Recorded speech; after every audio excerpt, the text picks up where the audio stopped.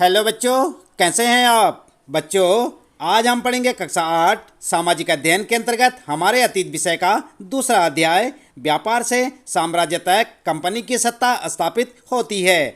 और हम आपको बताएंगे बच्चों इस पाठ से संबंधित प्रश्नों के उत्तर अभ्यास प्रश्न उत्तर में। तो आप लगातार देखते रहें वीडियो और जुड़े रहें हमारे साथ। सबसे पहले बच्चों यहाँ पर आपको देखने को मिलेगा, फिर से याद करें। और पहला प्रश्न है निम्नलिखित के जोड़े बनाएं। तो आपको बच्चों यहाँ पर इनके जोड़े बनाने हैं। जैसे कि आप देख सकते हैं दीवानी, और इधर लिखा है टीपू सुल्तान। यहाँ पर शेरे मैसूर भू राजस्व वसूल करने का अधिकार। और यहाँ पर लिखा है रानी चेन्नम्मा, यहाँ पर सिपाही। इसी प्रकार से सिपाही भारत का पहला गवर्नर जनरल। और वारेन हेस्टिंग्स कित्तूर में अंग्रेज विरोधी आंदोलन का नेतृत्व किया। तो यहाँ पर बच्चों आपको इनके सही जोड़े बनाने हैं।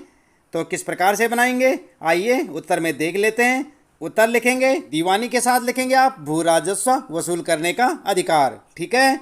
इसी प्रकार से शेरे मैसूर के साथ आप जोड़ेंगे टीपू सुल्तान, ठीक है। और इसी प्रकार आगे फौजदारी अदालत के साथ फौजदारी अदालत, ठीक है। रानी चेन्नम्मा के साथ लगाएंगे कित्तूर में अंग्रेज विरोधी आंदोलन का नेतृत्व किया।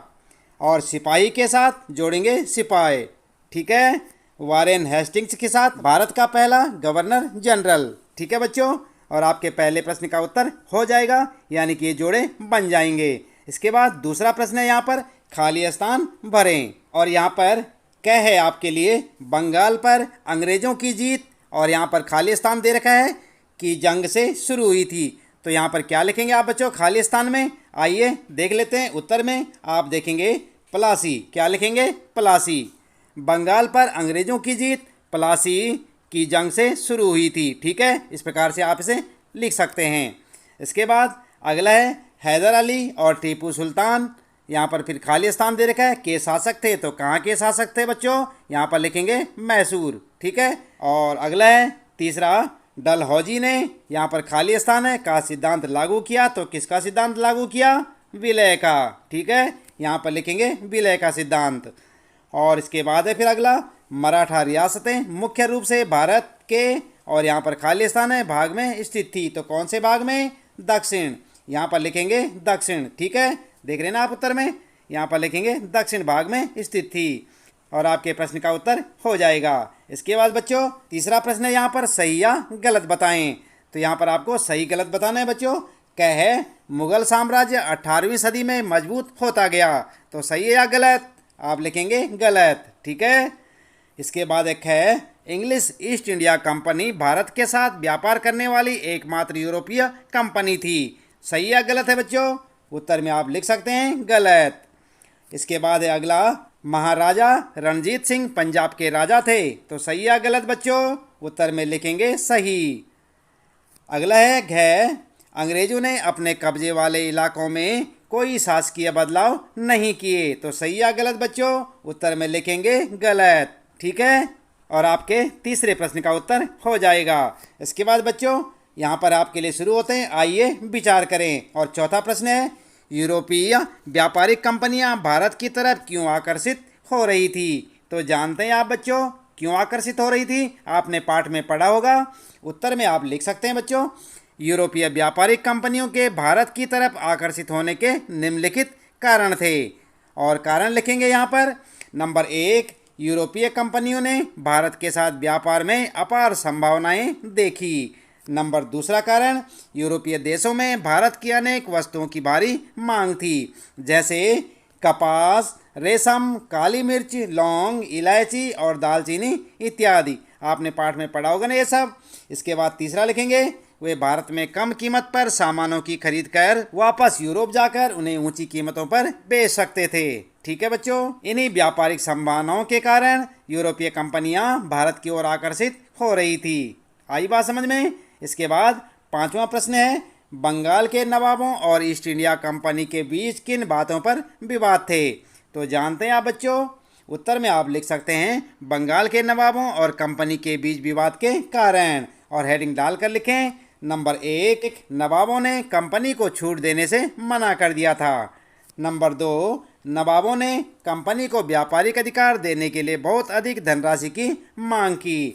नंबर 3 लिखेंगे, नवाबों ने कंपनी को सिक्का ढालने का अधिकार देने से भी मना कर दिया। अगला लिखेंगे नंबर 4, नवाबों ने कंपनी पर टैक्स यानी कि कर अदा नहीं करने के साथ साथ अपमानजनक पत्र लिखने का आरोप भी लगाया। अगला लिखेंगे 5वां, कंपनी ने भी नवाबों पर निम्नलिखित आरोप लगाए कि नवाबों के स्थानीय अधिकारी कंपनी के व्यापार को नष्ट कर रहे हैं, कंपनी को अधिक टैक्स देना पड़ रहा है, कंपनी को किलाबंदी के विस्तार व पुनर्निर्माण की अनुमति नहीं दी जा रही है। ठीक है, इस प्रकार से आप लिख सकते हैं अपने 5वें प्रश्न का उत्तर।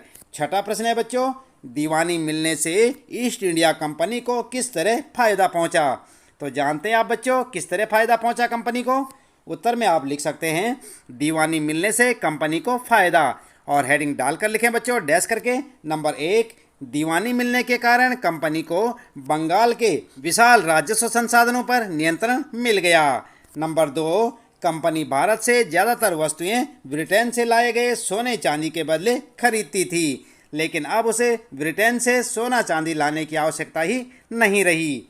तीसरा लिखेंगे, अब कंपनी भारत से होने वाले लाभ से अपने खर्च चला सकती थी, जैसे सूती रेशमी कपड़ा खरीदना, अपनी सेना के खर्चे की पूर्ति करना और कलकत्ता में किले और दफ्तरों के निर्माण का खर्चा उठाना इत्यादि। ठीक है, और फिर आता है आपका 7वां प्रश्न है बच्चों, east India company Tipu Sultan को खतरा क्यों मानती थी। तो आपने पढ़ा था ना पाठ में टीपू सुल्तान के बारे में, तो क्यों खतरा मानती थी बच्चों कंपनी इसको।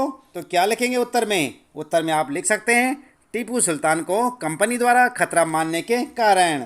और फिर नंबर 1 लिखेंगे, मालाबार तट पर होने वाला व्यापार मैसूर रियासत के नियंत्रण में था, जहां से कंपनी काली मिर्च और इलायची खरीदती थी। टीपू सुल्तान ने अपनी रियासत के बंदरगाहों से होने वाले निर्यात पर रोक लगा दी। दूसरा लिखेंगे, टीपू सुल्तान ने स्थानीय सौदागरों को भी कंपनी के साथ व्यापार करने से रोक दिया।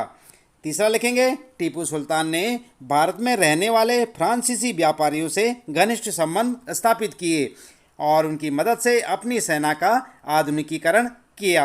ठीक है, और आपके 7वें प्रश्न का उत्तर हो जाएगा। 8वां प्रश्न है बच्चों, सब्सिडियरी अलायंस यानी सहायक संधि व्यवस्था की व्याख्या करें। तो जानते हैं आप क्या है यह सहायक संधि बच्चों, नहीं जानते। उत्तर में आप लिख सकते हैं, सबसे पहले लिखेंगे सहायक संधि का अर्थ, और यहाँ पर हेडिंग डालकर लिखें, गवर्नर जनरल लॉर्ड वेलेली ने भारत में कंपनी के शासन के विस्तार के उद्देश्य से सहायक संधि को अपनाया था। इसे सहायक संधि इसलिए कहा गया कि जो भी भारतीय शासक इस संधि की शर्तों को मानने के लिए तैयार हो जाता था, कंपनी उसकी सुरक्षा में पूर्ण सहयोग करने का वायदा करती थी। आई बात समझ में। इसके बाद लिखेंगे सहायक संधि की शर्तें, और यहाँ पर हेडिंग डालकर लिखें, नंबर 1, भारतीय शासकों को अपनी स्वतंत्र सेना रखने की इजाज़त नहीं होगी। नंबर 2, जिन शासकों की सुरक्षा का भार कंपनी पर होगा वे इसके लिए कंपनी को शुल्क प्रदान करेंगे। शुल्क नहीं देने की स्थिति में कंपनी दंड के रूप में शुल्क के बराबर राजस्व वसूल वाला क्षेत्र शासक से छीन लेगी। ठीक है बच्चों। तीसरा लिखेंगे, शासक को अपने दरबार में एक अंग्रेज रेजिडेंट रखना होगा जो शासक की गतिविधियों पर नजर रखेगा। आई बात समझ में। इस प्रकार से आप लिख सकते हैं अपने 8वें प्रश्न का उत्तर। 9वां प्रश्न है बच्चों, कंपनी का शासन भारतीय राजाओं के शासन से किस तरह अलग था। तो जानते हैं आप किस तरह अलग था। उत्तर में आप लिख सकते हैं, भारतीय राजाओं के शासन और कंपनी के शासन में अंतर, और हेडिंग डालकर डैश करके लिखे बच्चों। नंबर 1, भारतीय राजाओं ने अपने राज्य का प्रशासनिक तथा राजस्व विभाजन विभिन्न इकाइयों में कर रखा था, परंतु ये इकाइयाँ ब्रिटिश प्रशासनिक एवं राजस्व इकाइयों की तरह प्रभावी नहीं थी। कंपनी ने प्रेसिडेंसी के रूप में एक नई प्रशासनिक इकाई बनाई थी जिसका शासन गवर्नर के पास होता था। नंबर 2 लिखेंगे, कंपनी द्वारा पुलिस तथा राजस्व व्यवस्था में काफ़ी सुधार किया गया था, जबकि भारतीय शासकों द्वारा पुलिस तथा राजस्व व्यवस्था को सुधारने के लिए किसी भी प्रकार का प्रयास नहीं किया गया। अगला लिखेंगे नंबर 3, भारतीय राजाओं के शासन में न्यायिक व्यवस्था प्रभावी नहीं थी। एक ही तरह की अदालत दीवानी तथा फौजदारी दोनों तरह के मुकदमों की सुनवाई करती थी, जबकि अंग्रेजों ने एक आधुनिक एवं विकसित न्यायिक व्यवस्था स्थापित की थी। प्रत्येक जिले में अलग अलग दीवानी व फौजदारी अदालतें स्थापित की गई थी। ठीक है बच्चों। फिर इसके बाद शुरू होता है आपका 10वां प्रश्न, कंपनी की सेना की संरचना में आए बदलावों का वर्णन कीजिए। तो क्या बदलाव आए बच्चों? उत्तर में आप लिख सकते हैं कंपनी की सेना में आए संरचनात्मक बदलाव। हेडिंग डालकर लिखेंगे नंबर 1, कंपनी ने पैदल और घुड़सवार सिपाहियों की जगह पेशेवर सैनिकों की भर्ती की। नंबर 2, कंपनी ने सैनिकों को यूरोपीय शैली में नई युद्ध तकनीक से प्रशिक्षित किया। तीसरा लिखेंगे कंपनी ने अपने सैनिकों को आधुनिक हथियारों जैसे मस्केट तथा मैचलेस आदि से लैस किया। ठीक है। चौथा लिखेंगे कंपनी ने सेना में यूरोपीय सैनिकों की संख्या बढ़ा दी तथा सेना के महत्वपूर्ण स्थान जैसे तोपखाना, टैंक इत्यादि पर यूरोपीय सैनिकों को नियुक्त किया गया। अगला लिखेंगे नंबर 5, सेना में यह भावना जगाई कि उनका कोई धर्म जाति नहीं है, वह केवल सैनिक हैं। ब्रिटिश साम्राज्य के प्रति वफादारी रखना उनका कर्तव्य है। ठीक है बच्चों, तो इस प्रकार से आप अपना उत्तर लिख सकते हैं। इसके बाद यहाँ पर शुरू होते हैं, आइए करके देखें। और 11वां प्रश्न है बच्चों, बंगाल में अंग्रेजों की जीत के बाद कलकत्ता एक छोटे से गांव से बड़े शहर में तब्दील हो गया।